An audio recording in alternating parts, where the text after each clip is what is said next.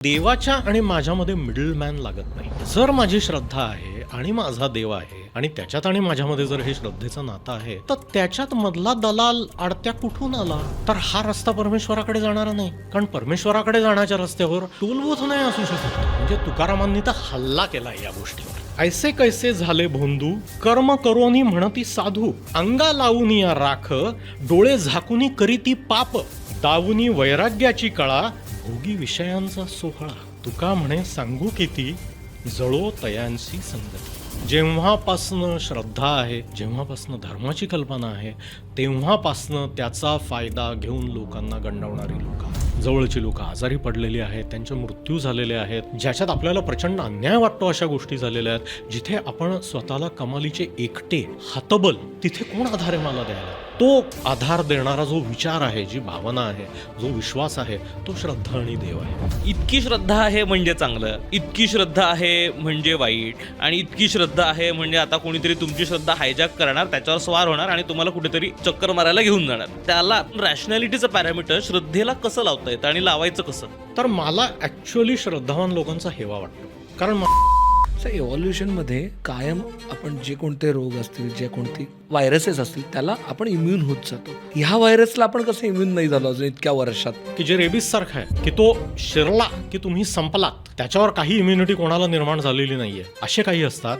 आणि दुसरे सर्दी पडशासारखे असतात की जे हजारो लोकांना फक्त 8च दिवस ताप येतो, पण त्यातल्या 2-5 लोकांचा जीव जातो. आणि तो थोड्यांचा जीव जातो, बाकीच्यांना फक्त ताप येऊन ते तात्पुरतं संपतं. त्याच्यामुळे तो व्हायरस चालू राहतो. तर मला माझी श्रद्धा सिक्युअर करता येते का? मला ती माझी श्रद्धा प्रोटेक्ट करता येते का? आणि ती कशी करायची? ज्या परमेश्वराला सगळ्या गोष्टी दिसतात, त्याच्यापर्यंत मी तुला पोहोचवण्यासाठी तू मला एकांती भेट. म्हणजे ही लाच उचपते झाली. बरं, निदान लाच खाणारा अधिकारी तुमचं लाच खाऊन काम तरी करतो. इथे तो तुमचं कामही होणार नाही, फक्त लाच खाऊन बसणार आहे. ही ज्याच्या त्याच्यासाठीची श्रद्धा आहे. कारण ज्याच्या त्याचा परमेश्वर आहे. मी पुण्य करून मी तुला स्वर्गात नाही घेऊन जाऊ शकत. आणि खरंच तिथे कोणीतरी हिशोब ठेवणार असेल तर तो माझ्या अकाउंटवरची एक्स्ट्रा जमा ही तुझ्या अकाउंटवर नाही ट्रान्सफर करणार आहे. त्याच्याचमुळे मिडलमॅन तुम्ही आणला की तुमचा घात झाला. मला मराठी माणसाचं राहून राहून आश्चर्य वाटतंय की 1000 वर्षाची संत परंपरा आहे, 700 वर्षाची वारी आहे, आणि आम्ही हे काय जादूटोणे करत फिरतोय? आम्ही या सर्व लोकांच्या समाध्यांवर स्वतःच्या हाताने हातोडे मारतोय.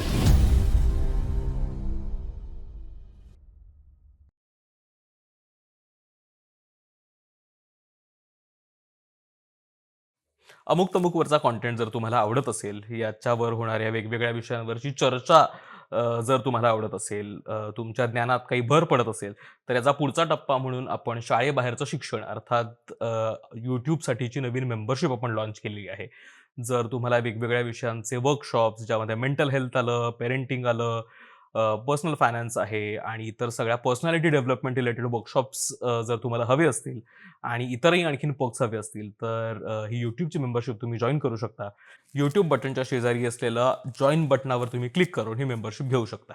हॅलो हाय हॅलो नमस्कार. तुमच्या सगळ्यांचं मनापासून खूप खूप स्वागत आहे द मुक्तमुक्त शो म्हणजेच चॅटच्या या नव्या कोऱ्या एपिसोडमध्ये. आपण गेले कित्येक दिवस झालं न्यूजमध्ये बघतोय की श्रद्धेचा गैरवापर करून काय गोष्टी घडत आहेत. आणि खरं तर असं नाही आहे की फक्त गेले काही दिवस न्यूजमध्ये बघतोय. खरं तर जगभर गेल्या हजारो वर्षांमध्ये आपल्याला हेच कुठे ना कुठेतरी वेगवेगळ्या पद्धतीने दिसत आलेलं आहे की श्रद्धा आणि त्याचा गैरवापर, आणि बऱ्याचदा त्याच्यात पाय घसरून बऱ्याच जणांवरती अन्याय होतो हे बघतो आहे आपण. पण हे नक्की का होतं आणि श्रद्धा खरंच गरजेची का आहे? श्रद्धा म्हणजे काय? श्रद्धेला काही मर्यादा असतात का?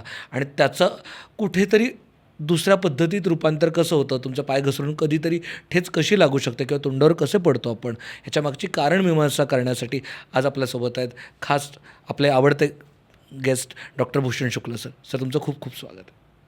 खरं तर आजचा विषय खूप महत्त्वाचा आहे. म्हणजे आता जे काही आपण महाराष्ट्रात खरात प्रकरण बघतो आणि असे आधेमध्ये सारखे एक काही वेगवेगळ्या बातम्या ऐकायला मिळतात की कसं कुणीतरी एक गुरु बाबा, आणि ते सगळं जाती धर्मांमध्ये सरसकट सगळीकडे आपल्याला त्या पद्धतीची माणसं बघायला मिळतात की कुणीतरी कोणाला तरी काहीतरी सांगतो आणि मग मी कसा ज्ञानी पुरुष आहे, आणि त्याच्या मागे सगळेजण श्रद्धा ठेवतात आणि मग ते त्याच्या श्रद्धेचा, त्या श्रद्धाळू माणसांचा विश्वासघात करतात आणि काहीतरी त्यांची भलती कामं कामं सुरू असतात. जेन्युनली आत्ता जे काही सतत या पद्धतीच्या बातम्या येतात त्याच्यातनं असं वाटायला लागतं की मग ही श्रद्धा त्याच्यावरती श्रद्धेवरती आपण जो विश्वास टाकतो तो आणि या सगळ्याचं नेमकं काय होतं, म्हणजे का काही माणसं त्यातनं काहीतरी मिळवतात आणि निघून जातात आणि का आपण तिथेच बसून राहतो दुसऱ्या कुठल्या तरी श्रद्धेची वाट बघत. तर मला सुरुवातीपासूनच करायची की श्रद्धा का महत्त्वाची आहे, म्हणजे असते श्रद्धा प्रत्येकाची कुठल्या तरी गोष्टीवरती असते आणि ती त्यांच्या त्यांच्या मते बरोबरच आहे, म्हणजे त्यात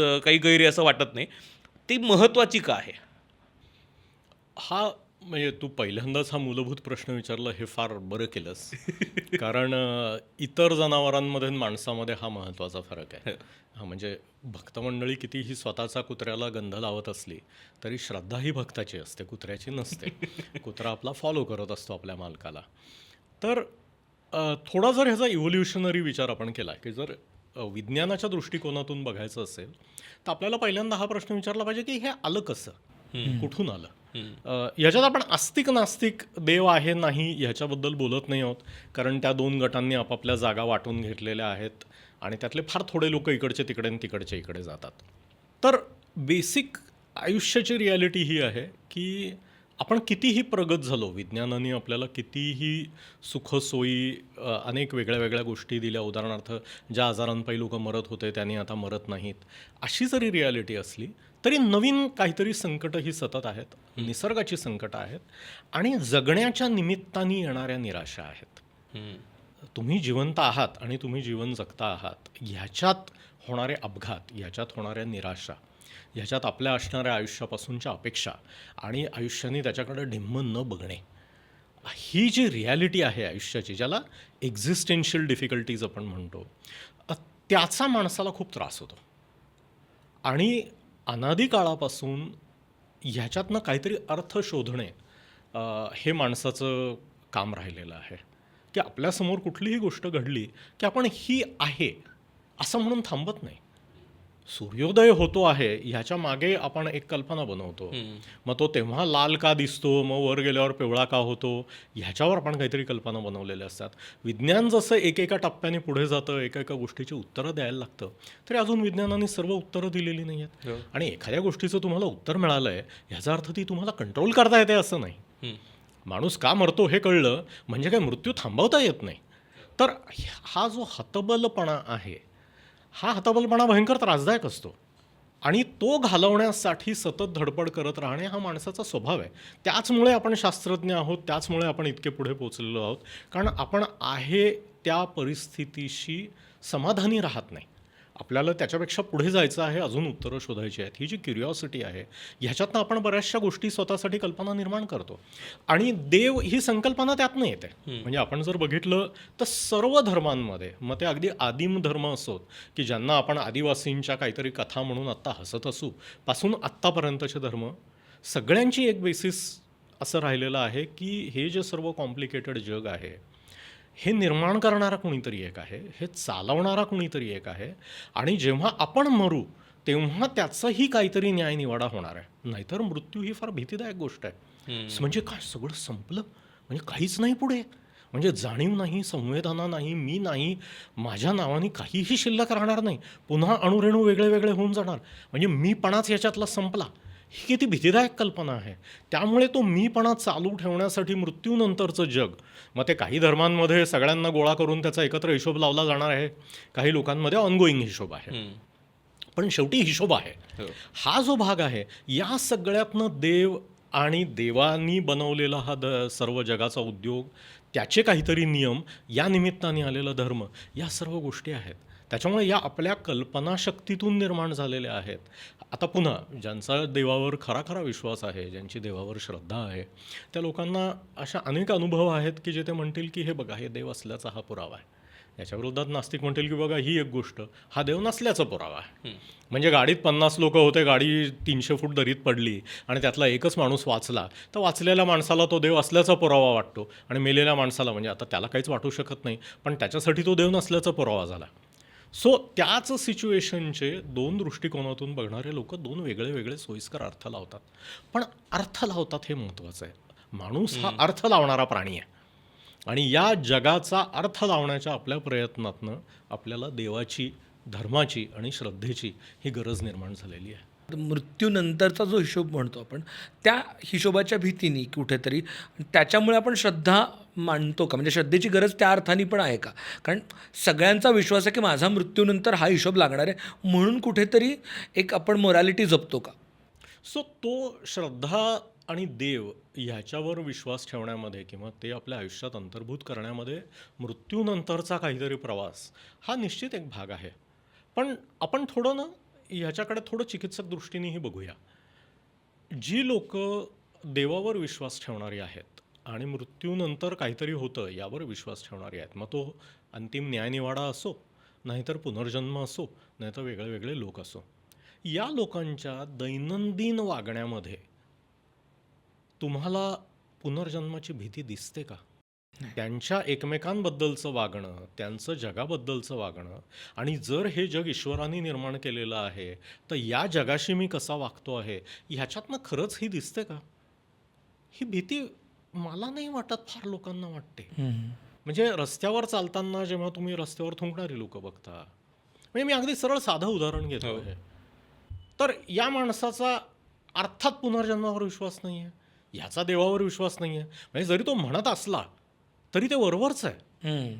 किंवा जो काहीतरी लाच खाऊन काम करतो आहे तो स्वतःला किती का जस्टिफिकेशन देत असे ना की मी ही लाच खाणं कसं गरजेचं आहे वगैरे, तरी रियालिटी आहे की ह्याचा पुनर्जन्मावर विश्वास नाही आहे, ह्याचा परमेश्वरावर विश्वास नाही आहे, ह्याचा न्यायनिवाडावर विश्वास नाही आहे. नाही तर त्यांनी हे केलं नसतं. तो म्हटला असता की आत्ता समोरच्याने मला त्रास दिला तरी चालेल, कारण हे परमेश्वराला योग्य वाटत नाही आहे तर मी हे करणार नाही.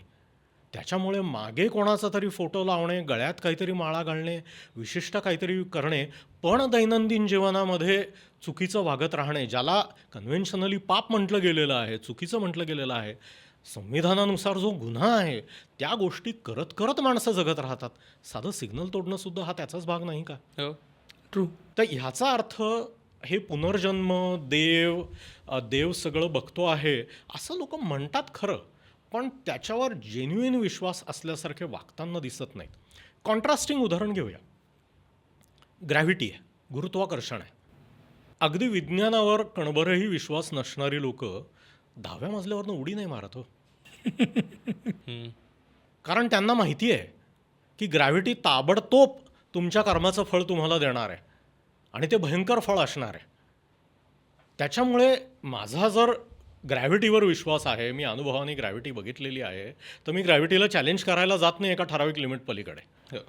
पण देवाला, धर्माला, मृत्यूनंतरच्या जगाला, पापपुण्याला लोक पावलं पावली चॅलेंज करतात. इंटरेस्टिंग. म्हणजे ही सोयीस्कर श्रद्धा आहे. मी तर म्हणेल ही खोटारडी श्रद्धा आहे. खरं आहे. मग मला खूप बेसिक प्रश्न पडतो की मग श्रद्धा असणं वाईट आहे का?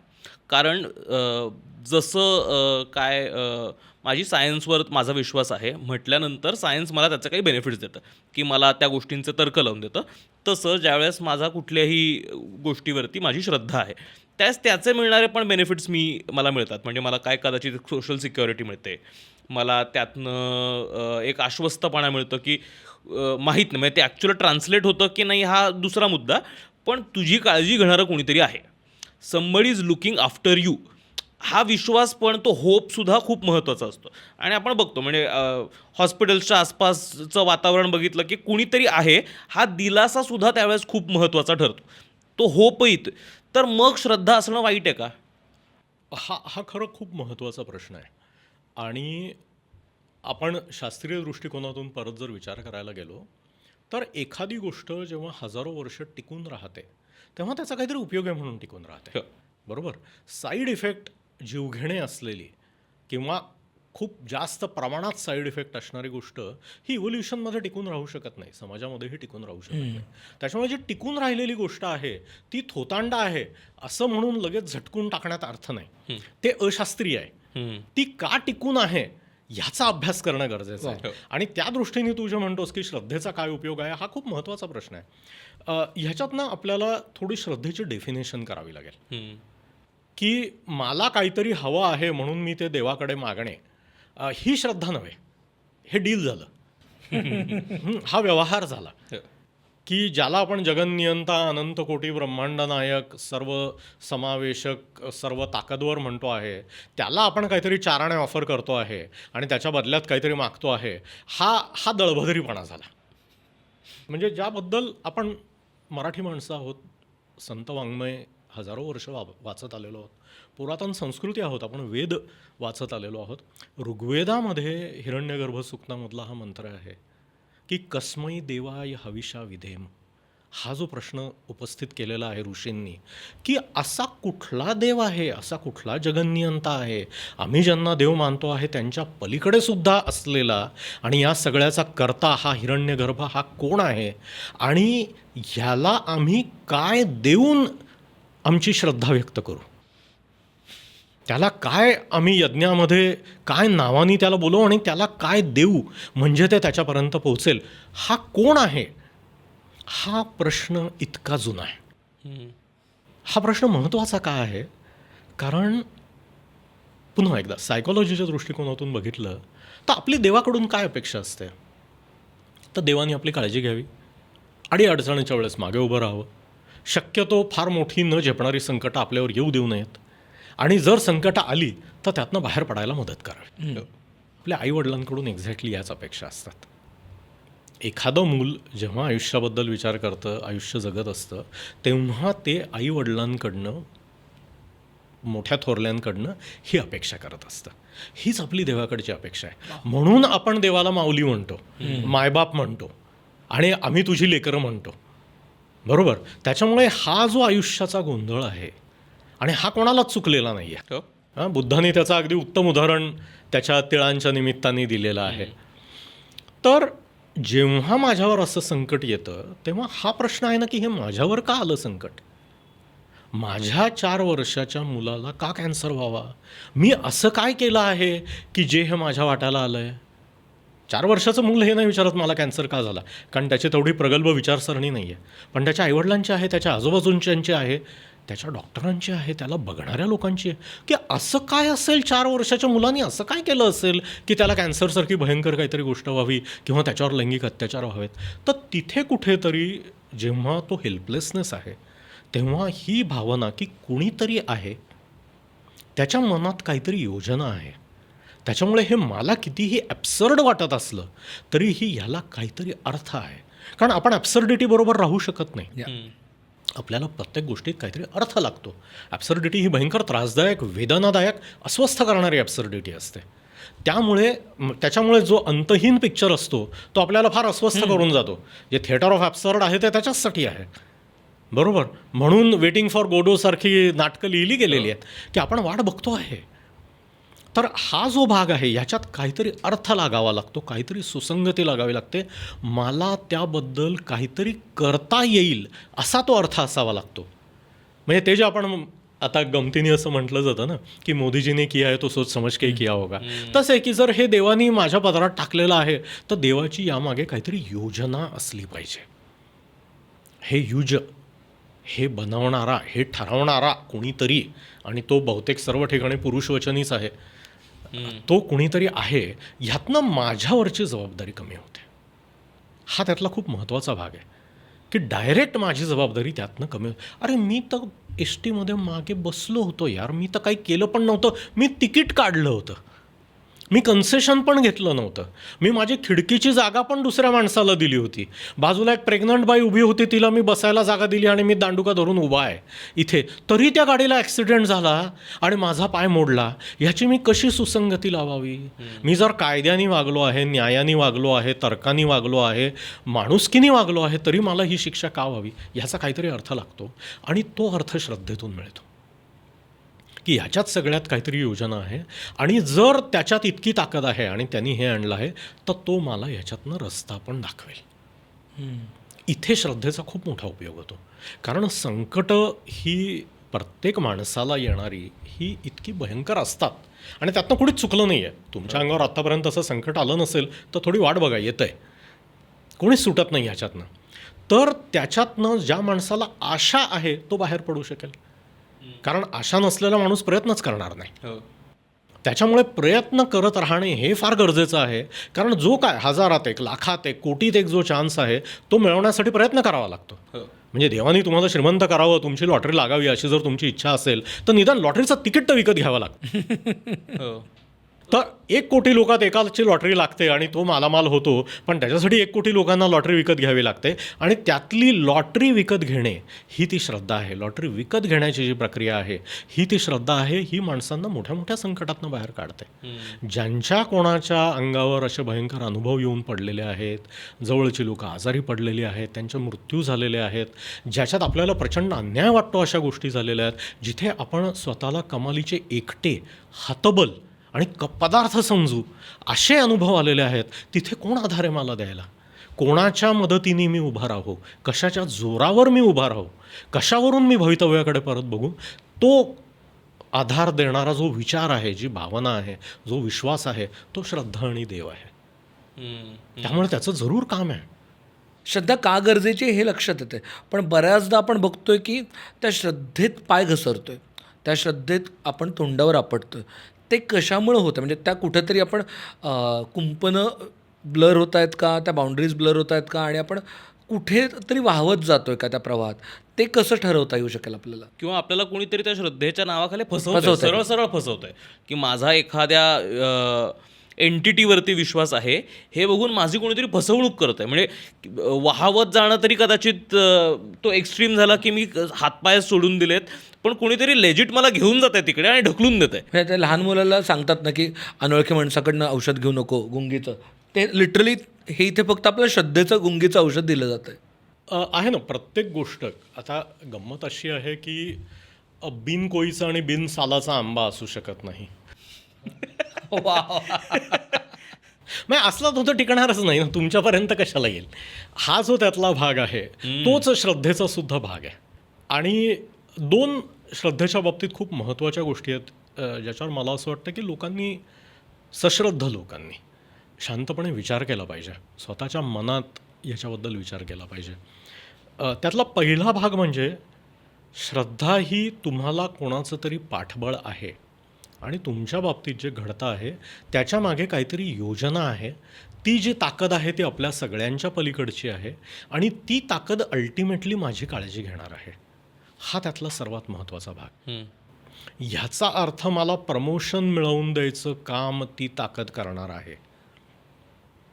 हे कोट्यावधी, अब्जावधी, त्याच्याही पलीकडे जाणारे सगळे जीवजंतू आणि इतकी सगळी ब्रह्मांड मॅनेज करणारा हा परमेश्वर, हा एक्झॅक्टली मला आज माझी रेल्वे चुकू नये ह्याची काळजी घेईल आणि तिला सोडायला डिले करेल अशी देवाकडनं अपेक्षा बाळगणे ही श्रद्धा नव्हे. आपण देवाचे इतके लाडके असू असा जर तुमचा समज असेल तर मग तुम्ही इतकं किरकोळ आयुष्य का जगता आहात? हा एक स्वतःला प्रश्न विचारला पाहिजे की बारीक सारीक किंवा मोठ्यासुद्धा भिका जर तुम्ही देवाकडे मागत असाल, मागणं घेण्यापुरती जर तुमची श्रद्धा असेल तर ही श्रद्धा नाही आहे. हा ॲक्च्युली देवावरचा अविश्वास आहे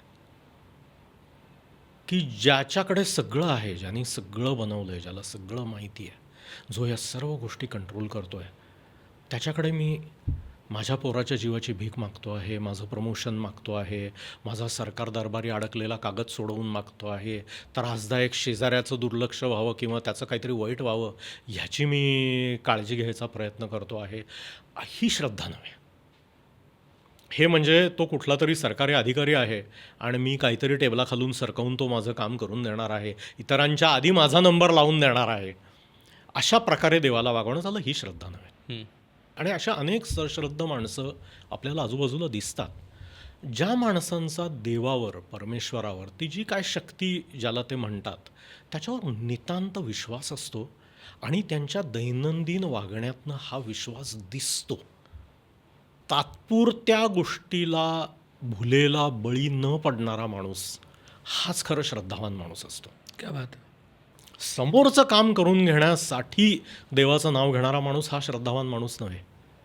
ज्याचा हा खरा खरा विश्वास आहे की हो, माझी काळजी घेतली जाते आहे आणि हे सगळं व्यवस्थित होणार आहे, मी वेगळं काही करायची गरज नाही आहे. मी आखून दिलेल्या मार्गावर शांतपणे चालत राहिलो तर मी योग्य स्थळी पोहोचणार आहे, कारण हा परमेश्वराने माझ्यासाठी आखून दिलेला मार्ग आहे. ही ज्याची श्रद्धा आहे, जी ज्याच्या वागण्यामध्ये पदोपदी विशेषतः संकटकाळी दिसते, तो खरा श्रद्धावान. मनी नाही भाव देवा मला पाव, देव बाजारचा भाजीपाला नाही. देव आशांना भेटायचा नाही रे. हा त्यातला पहिला मुद्दा झाला की देवाशी माझं अल्टिमेटली मिलन व्हावं, मला तो मोक्ष मिळावा, मी देवापर्यंत पोहोचावा, यासाठी केली जाणारी, यावर ठेवली जाणारी श्रद्धा ही माझ्या दृष्टीने खरी श्रद्धा आहे. खोरी करणारी श्रद्धा ही श्रद्धा नव्हे. हा एक भाग झाला. आणि दुसरा जो आत्ताच्या प्रश्नांसाठी जरी आपण म्हणत असलो तरी हाही अनादी काळापासून चालत राहिलेला प्रश्न आहे की देवाच्या आणि माझ्यामध्ये मिडलमॅन लागत नाही. जर माझी श्रद्धा आहे आणि माझा देव आहे आणि त्याच्यात आणि माझ्यामध्ये जर हे श्रद्धेचं नातं आहे, तर त्याच्यात मधला दलाल आडत्या कुठून आला? त्याची काय गरज आहे? खरंच देव असा आहे का की जो एका माणसाच्या थ्रू माझ्यापर्यंत पोहोचेल?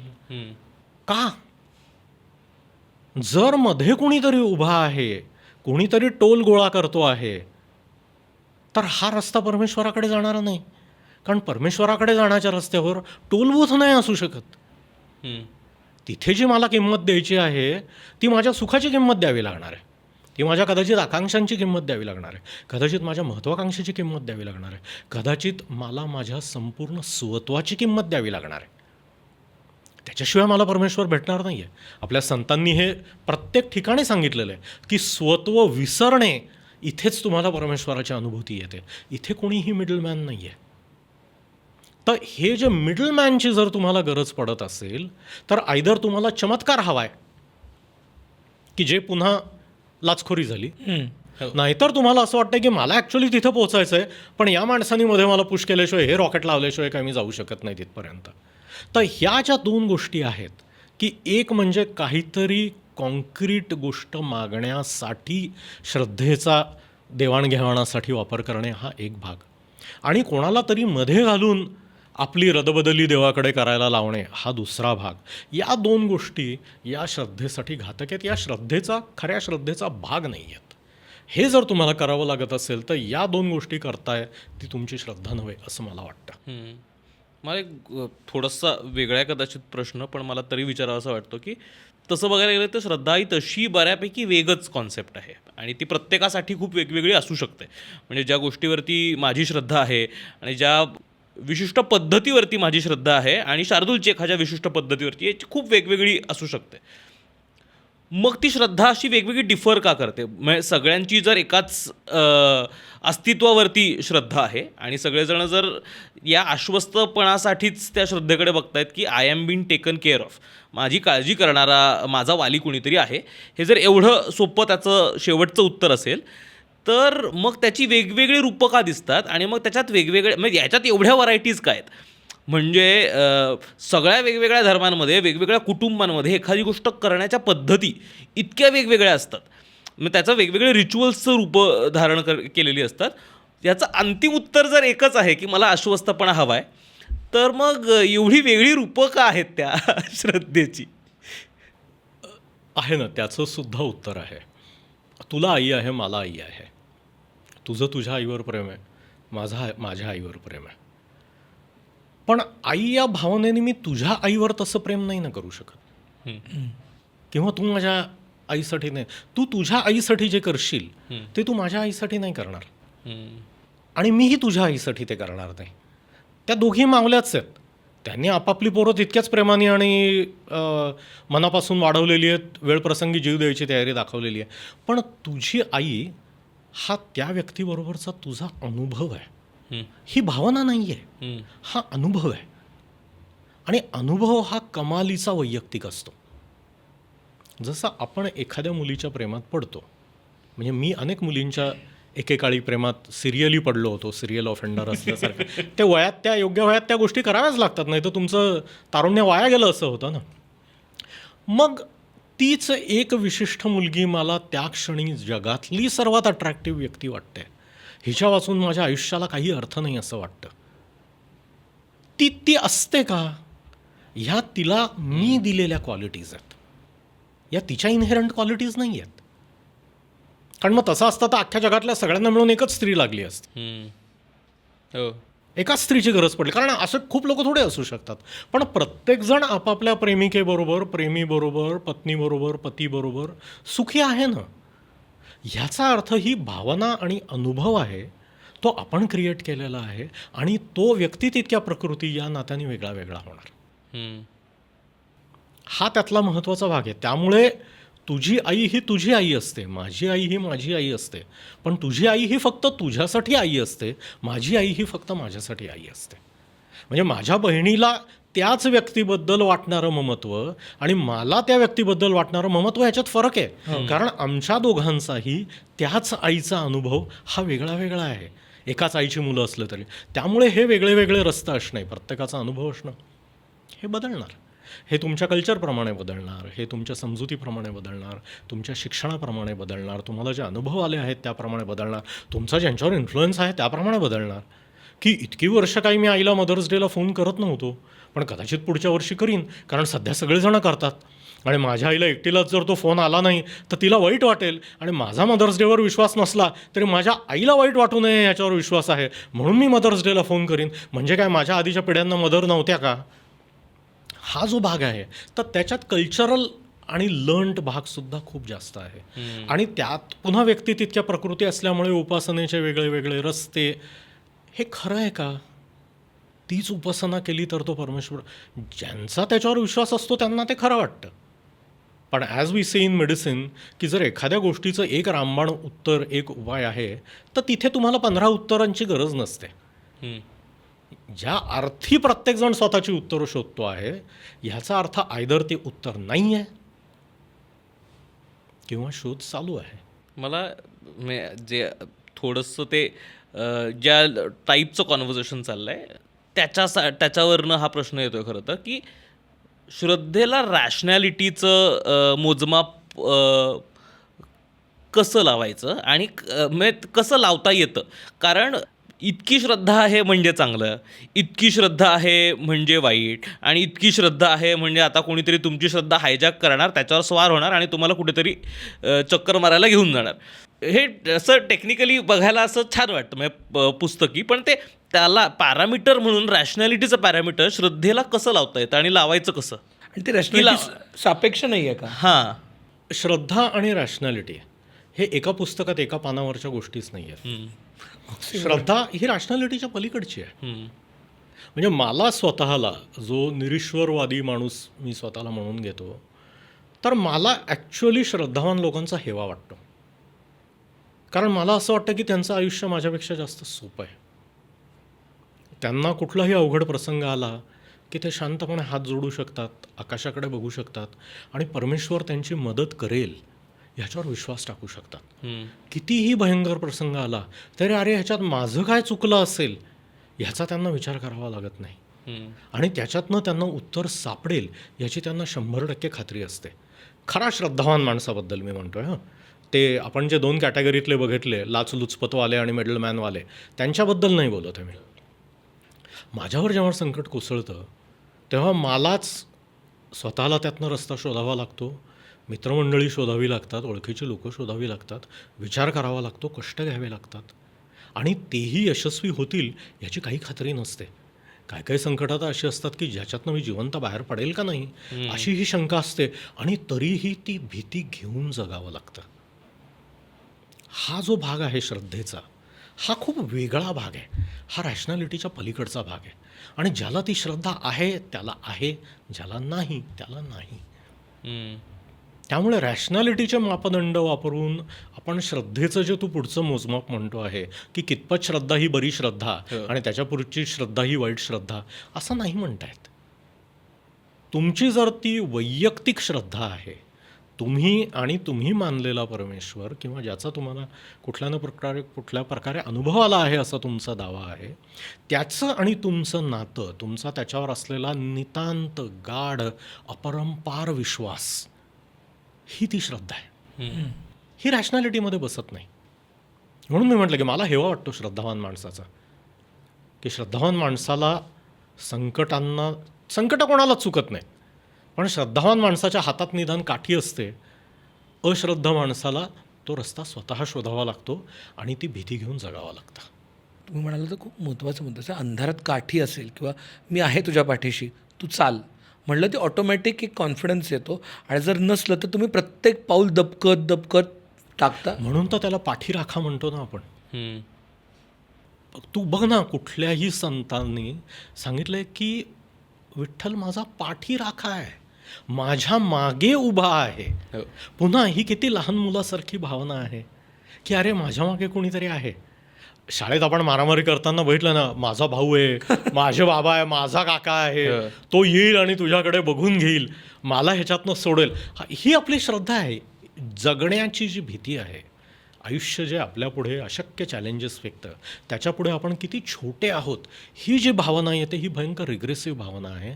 आणि या भावना घेऊन शांतपणे, प्रेमाने, आग्रहाने, हट्टाने, उत्साहाने जगत राहण्यासाठी तुम्हाला ती श्रद्धा आहे. मात्र पुन्हा एकदा ही श्रद्धा ही तुमची आणि त्या परमेश्वराची डायरेक्ट हॉटलाईन आहे. हम्म. त्याच्यामध्ये बारीक सारीक 54-58चा हिशोब मागायला परवानगी नाही आणि मिडलमॅन घ्यायला, मधले स्विचबोर्ड घ्यायला तर अजिबात परवानगी नाही. मग ती श्रद्धा नव्हे. हम्म. आणि त्याला एंड टू एंड इन्क्रिप्शन आहे. त्याला डिकोड करणारा मध्ये माणूस नाही आहे. हो, म्हणजे ज्या देवानी हे सगळं निर्माण केलं तो मला समजेल या भाषेत माझ्याशी नाही बोलणार. हा किती देवावरचा अविश्वास आहे की त्याला ती एकच भाषा लागते, मग ते एकच व्याकरण लागतं, मग ते एकच तंत्रमंत्र लागतं. असं जर असेल तर तो देव आहे का? ती तर सरकारी योजना झाली की 15 कागदपत्र विशिष्ट पोर्टलवर सादर केल्याशिवाय आणि ती त्याच्याकडनं पडताळणी झाल्याशिवाय माझ्या अकाउंटमध्ये पैसे येणार नाहीत. परमेश्वर ही सरकारी योजना आहे का? नाही, करून टाकलं आपण. पण मुद्दा तोच आहे ना सर. तरी पण आपण बघतोय आजूबाजूला समाजात अत्यंत सुशिक्षित लोक, व्यवस्थित सायंटिफिक गोष्टींमध्ये काम करणारी लोकं पण कुठेतरी त्या अडचणींना घाबरून किंवा त्या गर्तेत अडकलेली असताना ह्या सगळ्या रॅशनॅलिटी किंवा ह्या सगळ्या ज्या टिपिकल बाउंड्रीज आहेत किंवा टिपिकल एक रेड फ्लॅग्स आहेत ते सगळे विसरून पुन्हा त्या कुठंतरी मिडलमॅनच्या नादी लागतात. आणि हे समजून घ्या हे कशामुळं होतं हे आपण थोडंसं समजून घेतलं तर मग त्या पुढे आपण त्या पाय घसरण्याच्या मागच्या ह्याच्यावरती जाऊ शकतो. मोठ्या माणसांची जी श्रद्धा आहे, म्हणजे आपण अनेकदा बघतो की मोठे मोठे राजकीय नेते कोणाच्या तरी पायी लागलेले दिसतात. प्रचंड मोठे मोठे खेळाडू की जे तुझ्या माझ्या दृष्टीने सुपर ह्युमन कॅटेगरीतली Correct. ज्यांची ॲबिलिटी आहे ते कुठल्या तरी बाबाबुवाच्या कच्छपी लागलेले दिसतात. शास्त्रज्ञ हो. की जे चंद्रावर रॉकेट्स पाठवत आहेत ते त्या रॉकेटच्या प्रतिकृती करून कुठेतरी देवासमोर ठेवता आहेत, त्याच्यावर आशीर्वाद घेत आहेत हे दिसतात. किंवा सर्वात मोठं उदाहरण जे आहे ते जगातली सर्व प्रकारची सैन्यदळं ही कुठल्या ना कुठल्या देवाचा आशीर्वाद घेऊन काम करतात. माझ्या दृष्टीने ह्याच्या सगळ्याच्या मागे एक अगदी कॉमन धागा आहे. या लोकांवर कमालीची जास्त जबाबदारी आहे. हम्म. ह्यांच्याकडून असलेलं जे आपण त्यांच्यावर टाकलेलं अपेक्षांचं ओझं आहे आणि त्यांनी ते स्वतःचं ओझं मानून स्वतःच्या खांद्यावर घेतलेलं आहे, त्या लोकांना कमालीची काळजी असते. इमॅजिन ना, तू एक क्रिकेटर आहेस आणि गेले 15 मॅच तू जगज्जेता फलंदाज आहेस, तू भल्या भल्यांना ठिकाणावर आणलेलं आहे आणि तू गेल्या 10 मॅच 10च्या आत आऊट होतोय. तुझा कोच तुला सांगतोय ते तू सगळं करतोय, तू शेकडो वेळा स्वतःचे व्हिडिओज बघितलेले आहेत, काय होतं आहे हे कळत नाही आहे, तो काहीतरी एक्स फॅक्टर राहून जातोय. हम्म. आणि मग जर तुला कोणीतरी सांगितलं की अरे आमच्या अमुक अमुक बाबा आहेत, तू एकदा त्यांना भेटून घे, ते असे मोठी मोठी संकटं दुरुस्त करतात, आणि त्या क्षणी तुझं आणि त्या महात्म्याचं, काय तो आता खरा महात्मा का खोटा महात्मा तेही त्या महात्म्याला, परमेश्वराला किंवा कोणाला माहिती ते मला माहीत नाही, पण त्याचं आणि तुझं जर तेव्हा भावनिक सूत जुळलं तर तुला एक प्रकारचा आधार येतो की अरे हे होईल, सगळं व्यवस्थित होईल, तू एवढा गंडा बांध म्हणजे तू पुढच्या वेळी शून्यावर आऊट होणार नाहीस किंवा 10च्या आत आऊट होणार नाही. आणि मग तो जर गंडा बांधल्यावर गेल्या 10 वेळेस कमी रनवर आऊट होण्याचं जे माझ्या डोक्यावर बसलेलं भूत आहे ते जर भूत उतरणार असेल आणि मी त्या मॅचमध्ये अगदी 100 नाही पण 15 रन जरी करणार असेल तरी माझा त्यावर विश्वास बसतो, कारण हा मला अनुभव आला आहे आता. हम्म. हम्म. हा अनुभव फार महत्त्वाचा आहे. माणसाची विचारसरणी ठरवण्यामध्ये अनुभवाचा खूप मोठा वाटा आहे. एकतर स्वतःला आलेला अनुभव किंवा दुसऱ्याला आलेला अनुभव, की आमच्या ओळखीचा कोणीतरी आहे, त्याची एवढ्या मोठ्या संकटातनं सुटका झाली आणि त्यामुळे तो बाबा बुवा देव काय व्हॉट एव्हर खूप मोठा आहे असं सांगणारी, जाहिरातीमध्येही वापरली जाणारी फार स्ट्रॉंग गोष्ट आहे की अमुक एका नटीने हा शॅम्पू वापरला आणि तिचे केस कसे बघा मऊ जुळजुळीत झाले, तसेच आमच्या याला अमुक झालं होतं आणि त्यांनी या देवाची बाबाची उपासना केली आणि तो कसा बरा झाला. हे सेम आहे, ह्याच्यात काही फरक नाही आहे. त्यामुळे स्वतःला आलेला अनुभव किंवा दुसऱ्याला आलेला अनुभव, जवळच्या माणसावर आलेला अनुभव, यावर आपण काम करतो. आणि मग त्याचे त्यावेळेस 15 रन झाले तर त्याला असं वाटतं की बघ मी 10च्या आत जात होतो, यावेळी 15 झाले, म्हणजे मला याचा फायदा झाला की पुढच्या वेळी तो बॅटिंगला जायच्या आत पुन्हा काहीतरी नवीन गंडा बांधून घेणार, त्यांचं नाव घेणार, काय घेणार, त्याची परत हिंमत वाढ. आणि जर त्याच्या नशिबाने, त्याच्या कौशल्याने खरं तर, पण आता जर यावेळी 100 रन त्याचे झाले तर हा विश्वास जगात कोणीही त्याचा मोडू शकत नाही. त्याच्या त्या दैवताने कितीही कुकृत्य केली तरीही त्याचा त्या देवावरचा विश्वास उडणार नाही, कारण त्यांनी अनुभव घेतलेला आहे. वैज्ञानिकांबद्दलही आपण तेच म्हणू शकतो की हे इतकं मोठं ओझं आहे आणि अनिश्चितता आहे. हे काही 2+2 = 4 गणिताच्या जोरावर जरी ते रॉकेट जाणार असेल तरी ती गणितं आणि शाळेतलं अंकगणित याच्यात प्रचंड मोठा फरक आहे. आणि सगळे व्हेरिएबल्स तुमच्या हातात नाही आहेत. आपल्याला किती व्हेरिएबल्स आहेत हे माहिती पण नाही आहे. हा जो अननोनवाला फॅक्टर आहे त्याच्या ओझ्याखाली मी कोलमडू नये आणि माझ्या हातून करायचं कर्तव्य सुटू नये, त्यासाठी मला कोणीतरी पाठीवर हात ठेवून धीर द्यावा लागतो. आणि हा धीर जर तो माणूस शोधत असेल तर त्याच्यात खूप काही चूक आहे असं मला वाटत नाही. जसं सैनिक की जे युद्धाला जाणार आहेत, अरे बाबा हा माणूस मरू शकतो, जायबंदी होऊ शकतो, तर तो जर कोणाची तरी करुणा भाकून जात असेल की तू माझं रक्षण कर आणि त्याची पत्नी त्या निमित्ताने अभिषेक करत असेल किंवा त्याच्या हाताला गंडा बांधत असेल तर मला नाही वाटत हे चूक आहे.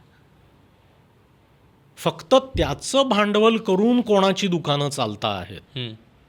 म्हणून मी पुन्हा पुन्हा ते म्हणतो आहे की मी आणि माझा परमेश्वर ह्याचा जो डायरेक्ट संबंध आहे त्याच्यात फायदा आहे. ते खरं आहे का खोटं आहे हे बाजूला ठेवूया, कारण त्यावरचा वाद हा कधी न संपणारा आहे. पण ह्याचा फायदा आहे. जेव्हा ते तुम्ही एका विशिष्ट गोष्टीसाठी आता करायला घेता आहात किंवा मिडलमॅन आणता आहात, तिथं प्रॉब्लेम झाला. मला एक प्रश्न आहे, तो म्हणजे श्रद्धा माणसावरती किंवा माझ्यावरती नेमका कसा परिणाम करते. म्हणजे ती मला जास्त हंबल बनवते, जास्त प्रामाणिक बनवते, जास्त दयाळू बनवते, जास्त एम्पथेटिक बनवते, की मला ती इग्नोरंट बनवते, आणखीन जास्त अत्याचारी बनवते, आणखीन जास्त क्रूर बनवते. नेमकं श्रद्धा माझ्यावरती कसा परिणाम करते? मी ह्याचं अगदी 100% खात्रीचं शास्त्रीय उत्तर नाही देऊ शकत. माझा जो अनुभव आहे, जो अंदाज आहे, एज्युकेटेड गेस म्हणूया, त्या भूमिकेतनं बोलू शकतो. ही जी तू 2 टोकं सांगितलीस, श्रद्धेमुळे माणसामध्ये होणारं परिवर्तन, या दोन्हीही गोष्टी श्रद्धेमुळे होतात. कारण आपण त्याची शेकडो उदाहरणं आजूबाजूला बघतोच की. हो, बरोबर. आपले जे सर्व संत महात्मे राहिलेले आहेत, तू जे पहिलं उदाहरण दिलं, त्यांनी सगळ्यांनी त्याचबद्दल बोललेले आहेत. मग तो कुठल्याही धर्माचा संत असो, त्यांनी याच गोष्टी सांगितलेल्या आहेत. आणि तरीही दुसऱ्या टोकाच्या गोष्टी करणारीही लोक आपल्याला दिसत आहेत आणि तीही श्रद्धेच्या नावाखाली दिसत आहेत. मला अशी शंका आहे की श्रद्धा हा प्रचंड मोठा मॅग्निफायर आहे. तुमचे जे अंगभूत गुण आहेत, तुमचे जे विश्वास आहेत, तुमचं जे व्यक्तिमत्व आहे, तुमचं जे व्यक्तित्व आहे, ते हजारो पटीने मोठं करण्याची ताकद श्रद्धेमध्ये आहे. कारण विशिष्ट देवाला भूक चढवून दरोडा घालणारे दरोडेखोरही या देशात राहिलेले आहेत. आणि देवानी सांगितलं म्हणून स्वतःची मान कापून त्याच्या पायावर स्वतःचं शिर वाहणारे राजेसुद्धा या जगात या देशामध्ये राहिलेले आहेत.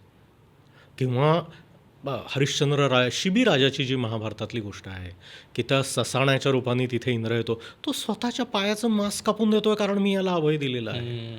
ही काय करुणा आहे, ही केवढी जबाबदारी आहे, ही केवढी मोठी एम्पथी आहे. पण हेही आपल्याकडे आहेत. त्याच्यामुळे हा गुण श्रद्धेचा नाही आहे. श्रद्धेचा धर्म हा मॅग्निफिकेशन आहे. मग या मॅग्निफिकेशनचं म्हणजे जर हे मॅग्निफिकेशन हे जर तत्व त्या श्रद्धेचं आहे, तर याच्याच जी कोणी माझ्या श्रद्धेचा फायदा घ्यायला बसलेली माणसं आहेत ती याच गोष्टीला व्यवस्थित ओळखतात का आणि तेच माझ्यातलंच मॅग्निफाय करून माझ्याच उलट फिरवतात का ते? म्हणजे जर आणि असं असेल तर मला माझी श्रद्धा सिक्युअर करता येते का? मला ती माझी श्रद्धा प्रोटेक्ट करता येते का? आणि ती कशी करायची? सुदैवाने आता सॉफ्टवेअरची भाषा सगळ्यांना कळते, त्यामुळे ज्याला आपण फायरवॉल म्हणतो सॉफ्टवेअरच्या भाषेमध्ये, अँटीव्हायरस म्हणतो आणि सतर्क असणं म्हणतो, त्याचा हा भाग आहे. काही दिवसापूर्वी माझं ट्विटर अकाउंट हॅक झालं. माझ्या ओळखीच्या एका सर्जनकडून आलेल्या मेसेजवर मी क्लिक केलं आणि तिथे गाढवासारखा स्वतःचा पासवर्ड घातला आणि माझं ट्विटर अकाउंट गेलं. ओके, ते अजूनही मला मिळालेलं नाही. 2 महिने झाले मी ट्विटरशी चर्चा करतोय, ते माझ्या हातात अजून आलेलं नाही आहे. बापरे. हां, म्हणजे मी बळी पडलो. बरोबर. पासवर्ड टाकायचा कुठेही नसतो, हा जो बेसिक रूल आहे हा मी स्वतःच उल्लंघला आणि त्याची ताबडतोब शिक्षा मिळाली. तर तसे श्रद्धेचा फायदा घेऊन तुमचं नुकसान करणारी जी माणसं आहेत, ह्यांच्यापासून स्वतःला सावरणं, सांभाळणं पुन्हा हे नवीन नाही आहे. याचे उल्लेख फार जुने आहेत. म्हणजे महाभारतीय युद्धाच्या आदल्या रात्री दुर्योधन उलूक नावाचा जो शकुनीचा मोठा मुलगा आहे त्याला युधिष्ठिराचा तपोभंग करण्यासाठी, तेजोभंग करण्यासाठी पाठवतो. तेव्हा त्यांनी त्याच्यात अशी उदाहरणं दिलेली आहेत की एक बोका असतो आणि तो लबाडीनी तपश्चर्या करायला उभा राहतो आणि सगळे उंदीर त्याच्या मागे लागतात आणि मग तो एक एक उंदीर खायला सुरुवात करतो. तो धर्मराजाला त्याची उदाहरण देतोय की तू असला आहेस म्हणून. तिथून हा जो बिलाड न्याय आहे याचा महाभारतात उल्लेख आहे. एवढं मागे जायची सुद्धा गरज नाही. आपल्या संत साहित्यामध्ये प्रत्येक संतांनी ह्याच्यावर कॉमेंट केलेली आहे. ज्ञानेश्वरीमधल्या 13व्या अध्यायामध्ये ह्याची उदाहरणं आहेत. ज्ञानेश्वरांनी याबद्दल लिहिलेलं आहे. आज आपण या गोष्टीवर चर्चा करणार आहोत म्हटल्यावर मी हे मुद्दाम घेऊन आलो. आपण हे जे प्रश्न सोडवायचा प्रयत्न करतोय ना, ह्याची उत्तरं ऑलरेडी आहेत रे. विचार करून लोकांनी आपल्यासाठी ही दिलेली. हे बघा, ज्ञानेश्वर 13व्या अध्यायामध्ये म्हणतात की धर्मू की जे जो पाही तो जगा दाऊ जाई, की मी ये तुला थोरू होई ऐसा हेतू. म्हणजे मीच एकटा मोठा धार्मिक आहे, तुम्ही माझ्या कच्छपी लागा, असा सांगणारा जो माणूस आहे त्याच्याबद्दल ज्ञानेश्वर इथे बोलता आहेत. त्यानंतर म्हणता आहेत का विद्या लाभू की जे तो मठी शिष्या सांग विजे, मान पूजेचा घेईजे तेणे गुणे. लोकांकडून स्वतःची पूजा करून घेतोय, शिष्य उभे करतो आहे. हा लबाड माणूस, ह्याच्याबद्दल ज्ञानेश्वर बोलता आहेत. अजून एक अंतर्बाह्य विसंगती कशी आहे त्याबद्दल ज्ञानदेव बोलता आहेत की अळले जैसे पाणी वाहे, परी कोरडेपण न जाय, तैसे अंतरी विषये आहे आणि बाहेरी वैराग्य. फुटक्या माठातनं जसं पाणी वाहत राहतं आणि तो कोरडा राहतो, तसा हा कोरडा राहिलेला माणूस, ह्याचं कोरडेपण जात नाही, पण हा अंतरी विषय भावना ठेवून वरतून वैराग्य, मी माठ आहे आणि मी पाणी थंड करतोय आणि मी किती स्निग्ध आहे हे दाखवायचा प्रयत्न करतोय. अजून एक ज्ञानेश्वरांचं 16व्या अध्यायातला दंभ मानू मृदू जो हे आणि क्रोधासी सहाय्य होये, अज्ञानेची विटला आहे जो पुरुष. जो दंभ दाखवतो आहे, ढोंग दाखवतो आहे, मान घेतो आहे इतर लोकांकडून, तसा हा पुरुष आहे असं ज्ञानदेव म्हणतात. तुकारामांचं तर म्हणजे तुकारामांनी तर हल्ला केला या गोष्टीवर. ओके, एकच तुकारामांचा अभंगातल्या 4 ओळी तुम्हाला सांगतो.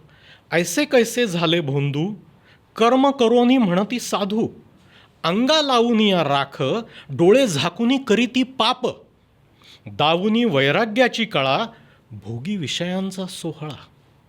तुका म्हणे सांगू किती, जळो तयांसी संगती.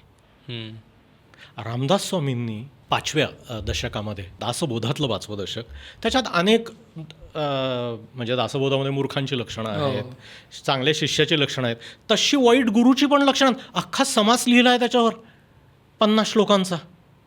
हे नवीन नाही आहे. हे जे आपण पेपरमध्ये रोज वाचतो आहे ना, हे नवीन नाही आहे.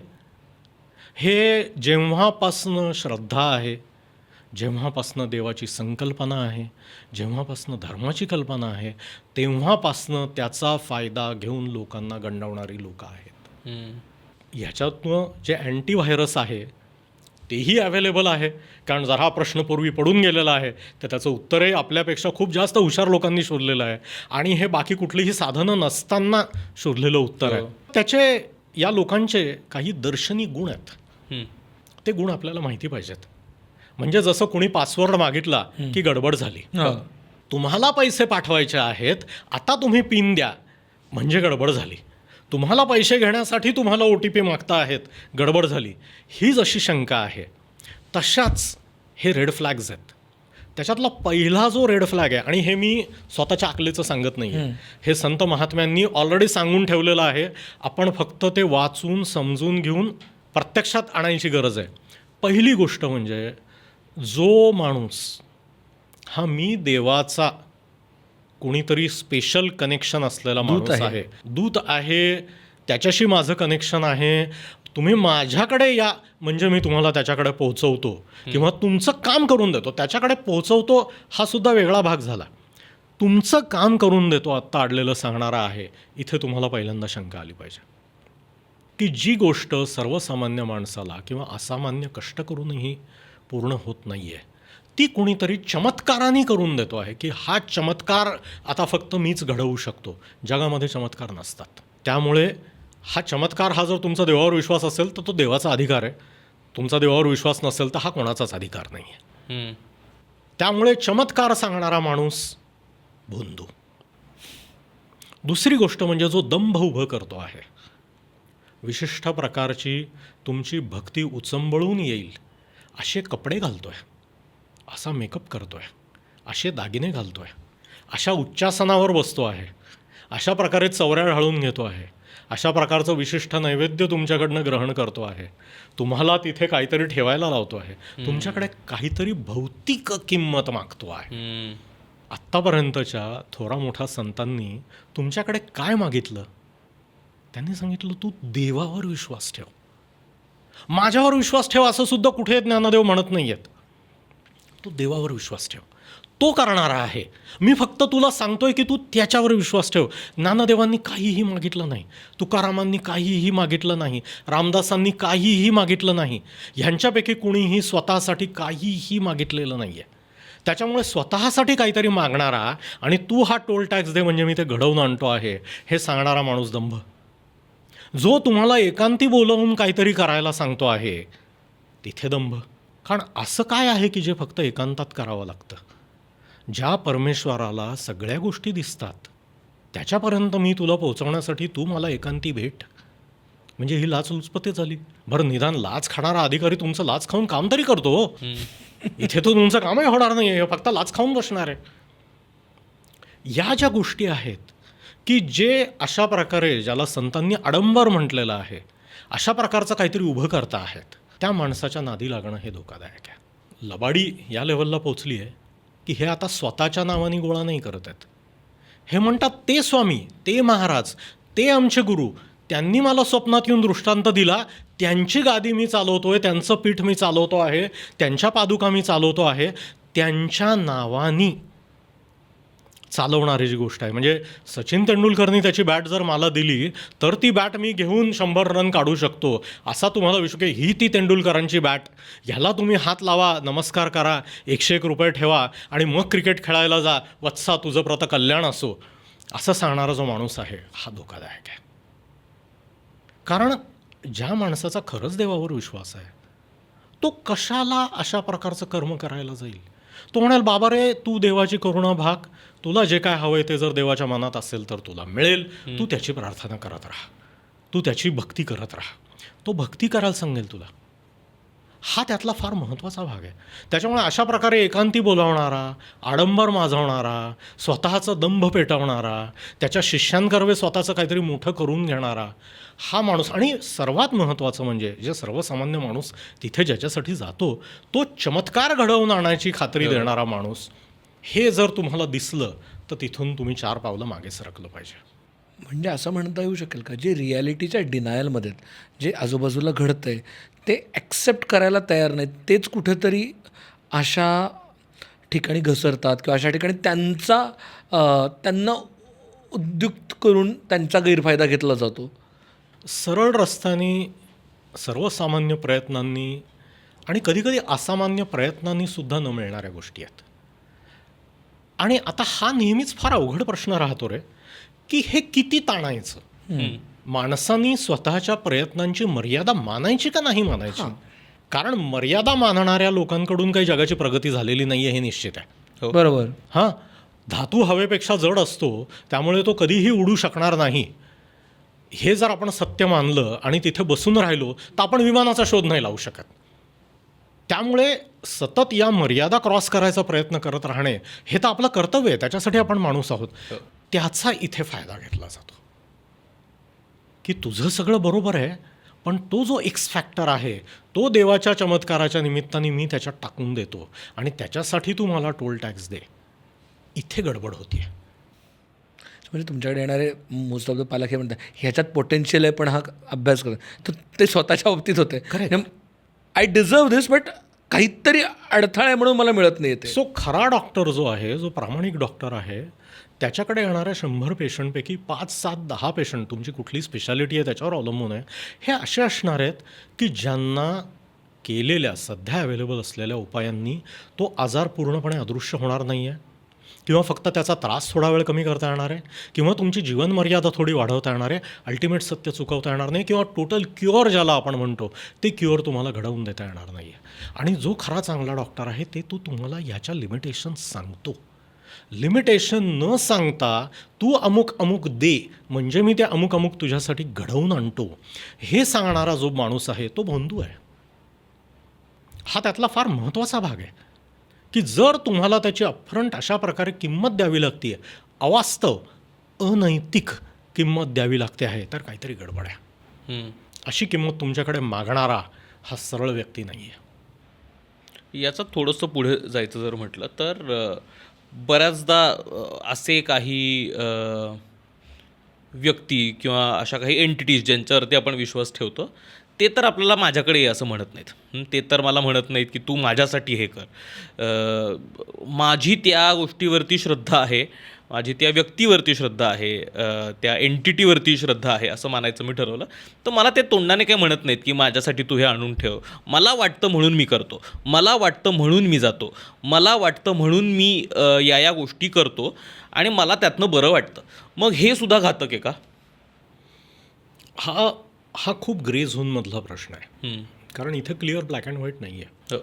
तिथे जाऊन तासभर सत्संगामध्ये बसणे, बरेचसे लोक म्हणतील की यात काय घातक आहे. आम्ही तिथं बसलोय, महाराज निरूपण करता आहेत आणि चांगलंच काहीतरी आम्ही ते ऐकतो आहे, त्याच्यात आम्हाला काहीतरी शिकायला मिळतं आहे. तर त्या व्यक्तीला ह्याच्यात धोका नाही आहे. जर हे त्या लेवलला राहत असेल तर त्याच्यात काही धोका नाही आहे. पण असे हजारो जेव्हा गोळा होतात आणि जेव्हा गुरु त्यातले काही विशिष्ट निवडून त्यांचा विशिष्ट फायदा घ्यायला सुरुवात करतो, आणि त्याहूनही घातक म्हणजे जिथे जनांचा मेळावा आहे तिथे आता पॉलिटिशियन्सचा सोहळा असतो. त्याच्यामुळे त्या गुरुच्या पाया पडलं तर हे त्याच्यासमोर बसलेले 1000 लोक मला मतं देणार आहेत या भावनेने त्याचा उदो करणारेही लोक तिथे येतात. आणि ते एक वेगळ्या प्रकारचं सिम्बायोसिस राजकीय गुरु त्यामुळे निर्माण होतात. राजकीयांचे स्वतः राजकीय असलेले गुरु तयार होतात. मिडलमॅन ते त्याच्यात डील्स करायला सुरुवात करतात. हा तर माझ्या प्रेझेन्समुळे मी अशा कोणाला तरी बळ देतो आहे का ह्याचाही मला विचार करायला पाहिजे. होय, सामाजिक जगातले इन्फ्लुएन्सर्स आहेत बेसिकली. एक्झॅक्टली. कोणाची ब्रँड एंडोर्समेंट करतात त्याच्यावरती. त्याच्यामुळे पुन्हा एकदा मी पुन्हा म्हणजे कदाचित मोडक्या रेकॉर्डसारख्या त्याच 2 गोष्टी पुन्हा बोलतो आहे की जर तुमची परमेश्वरावर श्रद्धा आहे तर तो परमेश्वर तुम्हाला उपलब्ध आहे. त्याच्यासाठी बाकी कोणाची गरज नाही आहे. फक्त हा जो आग्रह आहे की तो मला आत्ता उपलब्ध झाला पाहिजे आणि उपलब्ध होऊन त्यांनी माझ्या नोकरासारखं मी सांगेल ते माझं काम घडवून आणलं पाहिजे, इथे काहीतरी गडबड होती आहे. तुमच्यासाठी संत वाङ्मय आहे, तुमच्यासाठी तुमच्या मनाचा देवारा आहे, आणि तुम्ही जिथे कुठे आहात तिथे तुम्ही डोळे जर बंद केले तर तुम्हाला अंतर्मुख व्हायची, आतमध्ये जायची, परमेश्वराला शोधायची मुभा आहे. त्याच्यासाठी साधं पद्मासनसुद्धा घालून बसावं लागत नाही आहे. मग जर तुम्ही खरंच सश्रद्धा आहात तर तुम्ही ह्या मिडलमॅनला का मध्ये घेता आहात? हा प्रत्येकाने स्वतःला विचारायचा प्रश्न आहे. मानसिक आधाराची गरज आहे का? हो, मानसिक आधाराची प्रत्येकाला गरज आहे. पण मला मानसिक आधार मिळावा म्हणून मी काय करतो आहे आणि हे योग्य आहे का? हा त्यातला फार मोठा भाग आहे. हा फार महत्त्वाचा भाग आहे त्यातला. सर मानसिक आधारावरतीच मला थोडंसं मगाशी झालं, पण मला तरी अजून त्याला समजून घेतं आहे. सायकल चालवत असताना वडील म्हणतात की मी धरलं आहे बरं का, धरलं आहे, आणि एका पण नंतर सोडून देतात, आणि मुलाला वाटत असतं की धरलं आहे वडिलांनी, आणि तरी तो चालवायला लागतो, आणि त्याला अचानक कळतं, आणि त्याला काही अरे यायला लागली आपल्याला. तो जो मोमेंट आहे म्हणजे त्या पॉईंटला does it work like placebo श्रद्धा? कारण का मला माहिती आहे की कोणीतरी माझ्याशी आहे, म्हणून मग मला कॉन्फिडन्स होतो. कोणीतरी सांगितलं म्हणजे मला कोणीतरी सांगतं की ह्या पेनाने पेपर लिही म्हणजे तुला पेपर सोपं जाईल. आता माझ्याकडे एक चांगला काय लकी पेन आहे, म्हणजे लकी पेनसारखं म्हणूया आपण, असं म्हणल्यावरती ते खुश होतं. सो तसं ते वर्क होतं का? तुझं लकी पेन माझ्याबरोबर काम करेल का? नाही. पुन्हा एकदा ते आईचं जे आपण मघाचं उदाहरण म्हटलं तसं आहे की श्रद्धा हा माझा गुण आहे. मला उपयुक्त पडणारी श्रद्धा ही माझी श्रद्धा आहे. हा माझ्या मनाचा, माझ्या मेंदूचा, माझ्या व्यक्तिमत्वाचा गुण आहे. त्याचा त्या माणसाशी काही संबंध नाही आहे. हा ह्यातला समजून घेण्याचा सर्वात महत्त्वाचा भाग आहे. त्याच्यामुळे वारकरी जे एकमेकांच्या पाया पडतात, प्रत्येकामध्ये त्यांना माऊली दिसते आहे. ते प्रत्येक एकमेकांच्या पाया पडतायत आणि गळाभेट घेत आहेत. तू माझ्यापेक्षा मोठा आणि मी तुझ्यापेक्षा मोठा असं म्हणत नाही आहेत. एकमेकांना माऊली म्हणतायत आणि दोघंही एकमेकांच्या पाया पडता आहेत. कारण दोघांनाही आपापल्यातलं, तुझं तुझ्यामधलं आणि माझं माझ्यातलं चांगुलपण आणि देवत्व, ह्या तुझ्यातल्या देवत्वाला मी नमस्कार करतो आहे. हा जो त्यातला भाग आहे, हा फार मला मराठी माणसाचं राहून राहून आश्चर्य वाटतं आहे की 1000 वर्षाची संत परंपरा आहे, 700 वर्षाची वारी आहे. हां, निर्गुण निराकार परमेश्वर ह्याच्याशी कसं संधान साधायचं, वैयक्तिक पातळीवर कोणालाही मध्ये न घेता कसं याचा इतिहास आहे या मातीमध्ये. आणि आम्ही हे काय जादूटोणे करत फिरतोय? आम्ही या सर्व लोकांच्या समाध्यांवर स्वतःच्या हाताने हातोडे मारतोय. हे काय करतोय आम्ही? आम्ही हे कुठले स्पेशल फेवर्स देवाकडे मागतो आहे की ज्याच्याबद्दल आमचे संत गेले 1000 वर्ष बोलत आहेत? हा भाग, ती श्रद्धा माझी श्रद्धा आहे. तुझ्या श्रद्धेचा मला उपयोग नाही, माझ्या श्रद्धेचा तुला उपयोग नाही. ही जी वैयक्तिक कपॅसिटी आहे ही महत्त्वाची आहे. तिथे श्रद्धेचा खरा उपयोग आहे. ज्या क्षणी श्रद्धा व्यक्तीच्या बाहेर पडून सार्वजनिक होते, चौघंजणं मिळून त्या श्रद्धेचं काहीतरी करावं लागतं, तिथे प्रॉब्लेम होतो रे. ही ज्याच्या त्याच्यासाठीची श्रद्धा आहे. कारण ज्याच्या त्याचा परमेश्वर आहे. मी पुण्य करून मी तुला स्वर्गात नाही घेऊन जाऊ शकत. जर खरंच स्वर्ग असेल आणि खरंच पुण्य असेल आणि खरंच तिथे कोणीतरी हिशोब ठेवणार असेल तर तो माझ्या अकाउंटवरची एक्स्ट्रा जमा ही तुझ्या अकाउंटवर नाही ट्रान्सफर करणार. नॉन ट्रान्सफरेबल आहे. हे फार वैयक्तिक आहे. आईबापाही पोरांसाठी काही करू शकत नाहीत यामध्ये. ट्रू. हे पूर्ण त्याच्याचमुळे कायमच हे वैयक्तिक आहे. मिडलमॅन तुम्ही आणला की तुमचा घात झाला. ही जर तुम्हाला घाई असेल की त्यांनी मंत्र दिला की माझा उद्धार होईल, बुद्धांनी सांगितलं ना, अत्तद्वीप भव. स्वतःचं आयलंड ते द्वीप नाही आहे, ते द्वीप आहे. आणि द्वीप म्हणजे आयलंड, बेट, की या भवसागरामध्ये तुम्ही स्वतःचं बेट बना. हेही 2500 वर्षापूर्वी सांगून झालंय. आता अजून काय करायचं? तरी अक्कल येत नाही आहे.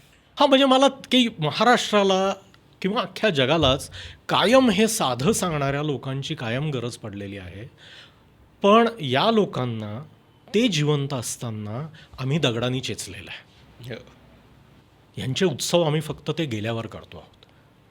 कारण आम्हाला उत्सवात इंटरेस्ट आहे, आम्हाला त्यांच्या विचारात इंटरेस्ट नाही आहे, आम्हाला त्याप्रमाणे वागण्यात इंटरेस्ट नाही आहे, आम्हाला त्याप्रमाणे विश्वाचे आर्त माझ्या मनी प्रकाशले म्हणणाऱ्या ज्ञानदेवांची आम्हाला गरज नाही आहे. कारण आमच्या मनात कोणाचाही आर्त प्रकटत नाही स्वतःचं सोडलं तर. हे काय करतो आहोत आपण? म्हणजे हे खरंच नव्याने करायची गरज आहे का? हे करून ठेवलेलं आहे. सर इव्हॉल्युशनमध्ये कायम आपण जे कोणते रोग असतील, जे कोणती व्हायरसेस असतील, त्याला आपण इम्यून होत जातो.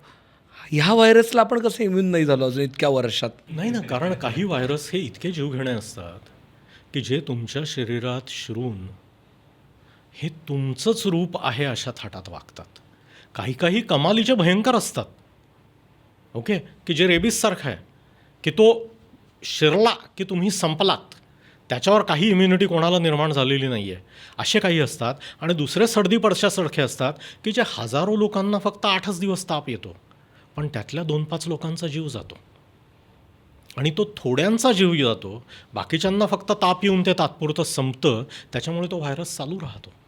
ही आपल्या मनाची जी चमत्काराची गरज आहे, त्या चमत्काराच्या गरजेतून 2 गोष्टी निर्माण झालेल्या आहेत.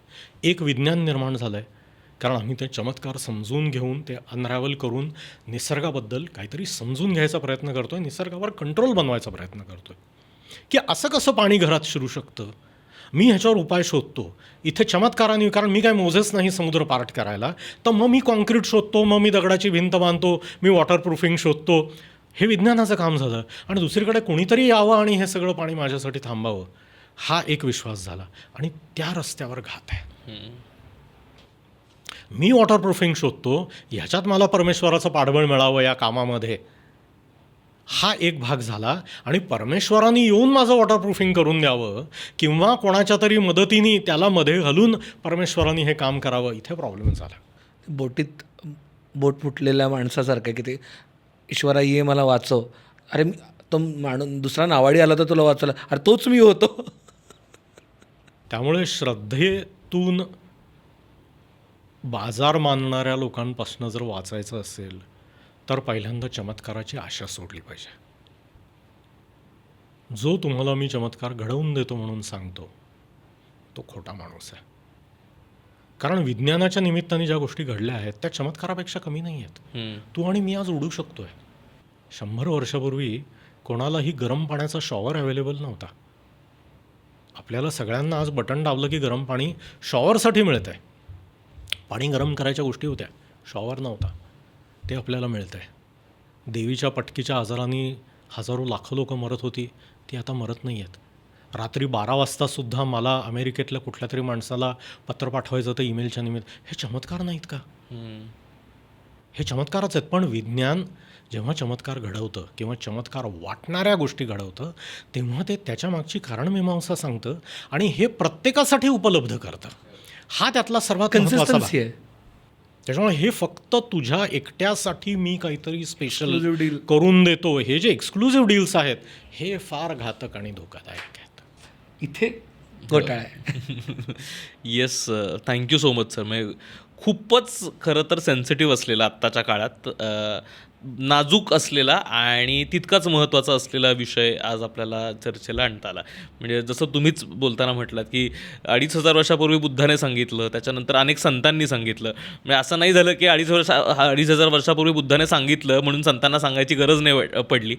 मला वाटतं प्रत्येक पिढीमध्ये प्रत्येक याच्यामध्ये रिमाइंड करत राहणं, परत परत त्या गोष्टी बद्दलची जाणीव निर्माण करणं हेच काय ते खरी श्रद्धा आहे या गोष्टीवरची. पण थँक्यू सो मच. म्हणजे खूप महत्त्वाचा विषय सोप्या पद्धतीनं उलगडून बघता आला, त्याबद्दल खूप खूप आभार. थँक्यू. तुम्हाला आजचा एपिसोड कसा वाटला जरूर कळवा. ज्या काही तुमच्या प्रतिक्रिया अभिप्राय आहेत तेही जरूर कॉमेंट्समध्ये लिहायला विसरू नका. धन्यवाद. लोभ असावा. लोभ असावा.